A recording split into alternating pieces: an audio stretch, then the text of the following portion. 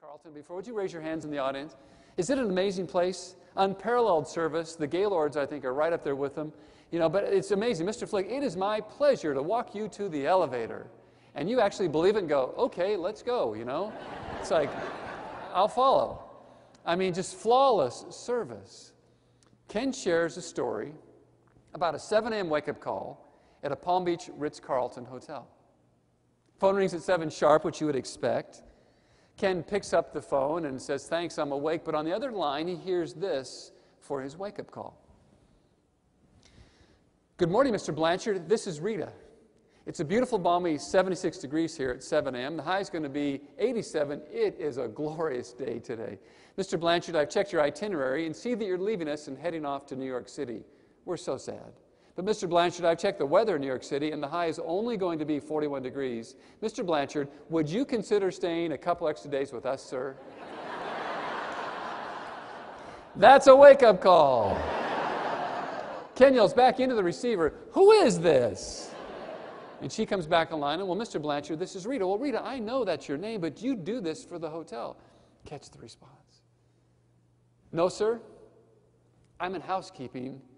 I'm a maid. We take half-hour blocks. We don't believe anyone should be recorded or greeted by a recording, excuse me. And Mr. Blanchard, I hope I did a great job. But again, sir, you have a great day. And she hung up. I was working at the Waldorf Astoria in New York City a short while ago. You would think they're competitors, right? Waldorf, Ritz, right? Would you think so? I would. I set a 7 a.m. wake-up call at the Waldorf just to see how they're competing with the Ritz.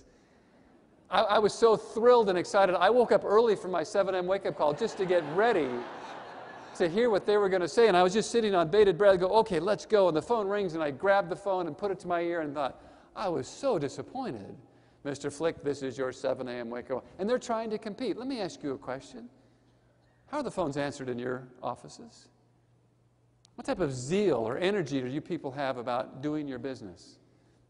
Trust me, things can get mundane. I understand that. You get knocked on your can. I get that. I understand about risky credit decisions. I know there's some challenges and all that. But still, beyond all that stuff, what's the trigger that allows you to live on your go and grow side? How do you lead that process? What's the trigger like I take 2 quarters out of my pocket? What do you have when going's really tough? How do you motivate yourself? How do you focus your energy? How do you get your teammates to focus their energy?